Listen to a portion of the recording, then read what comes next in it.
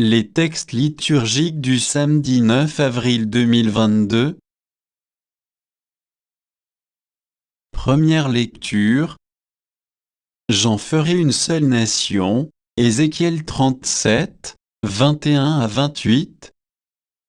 Lecture du livre du prophète Ézéchiel. Ainsi parle le Seigneur Dieu. Je vais prendre les fils d'Israël parmi les nations où ils sont tollés. Je les rassemblerai de partout et les ramènerai sur leur terre. J'en ferai une seule nation dans le pays, sur les montagnes d'Israël. Ils n'auront tout qu'un seul roi. Ils ne formeront plus de nation. Ils ne seront plus divisés en deux royaumes. Ils ne se rendront plus impurs avec leurs idoles immondes et leurs horreurs, avec toutes leurs révoltes. Je les sauverai en les retirant de tous les lieux où ils habitent et où ils ont péché, je les purifierai. Alors ils seront mon peuple, et moi je serai leur Dieu. Mon serviteur David régnera sur eux. Ils n'auront tout qu'un seul berger, ils marcheront selon mes ordonnances, ils garderont mes décrets et les mettront en pratique.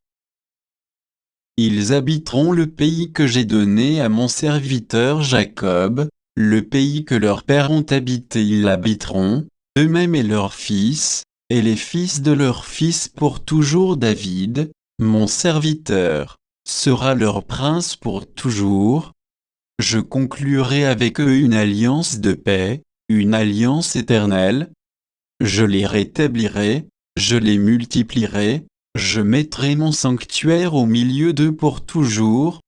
Ma demeure sera chez eux, je serai leur Dieu et ils seront mon peuple. Alors les nations sauront que je suis le Seigneur, celui qui sanctifie Israël, lorsque mon sanctuaire sera au milieu d'eux pour toujours. Parole du Seigneur. Cantique. JR 31, 10. 11, -12 Ab, 13. Écoutez, nation, la parole du Seigneur, annoncée dans les îles lointaines, celui qui dispersa Israël le rassemble, il le garde, comme un berger son troupeau. Le Seigneur a libéré Jacob, l'a racheté des mains d'un plus fort. Ils viennent, criant de joie, sur les hauteurs de Sion, ils affluent vers les biens du Seigneur.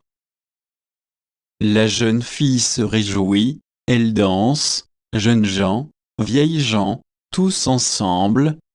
Je change leur deuil en joie, les réjouis, les console après la peine. Évangile. Afin de rassembler dans l'unité les enfants de Dieu dispersés. Jean 11, 45 à 57. Évangile de Jésus-Christ selon saint Jean. En ce temps-là, quand Lazare fut sorti du tombeau, beaucoup de Juifs, qui étaient venus auprès de Marie et avaient donc vu ce que Jésus avait fait, crurent en lui. Mais quelques-uns allèrent trouver les pharisiens pour leur raconter ce qu'il avait fait. Les grands prêtres et les pharisiens se réunirent donc le conseil suprême. Ils disaient, qu'allons-nous faire? Cet homme accomplit un grand nombre de signes. Si nous le laissons faire, tout le monde va croire en lui. Et les Romains viendront détruire notre lieu saint et notre nation.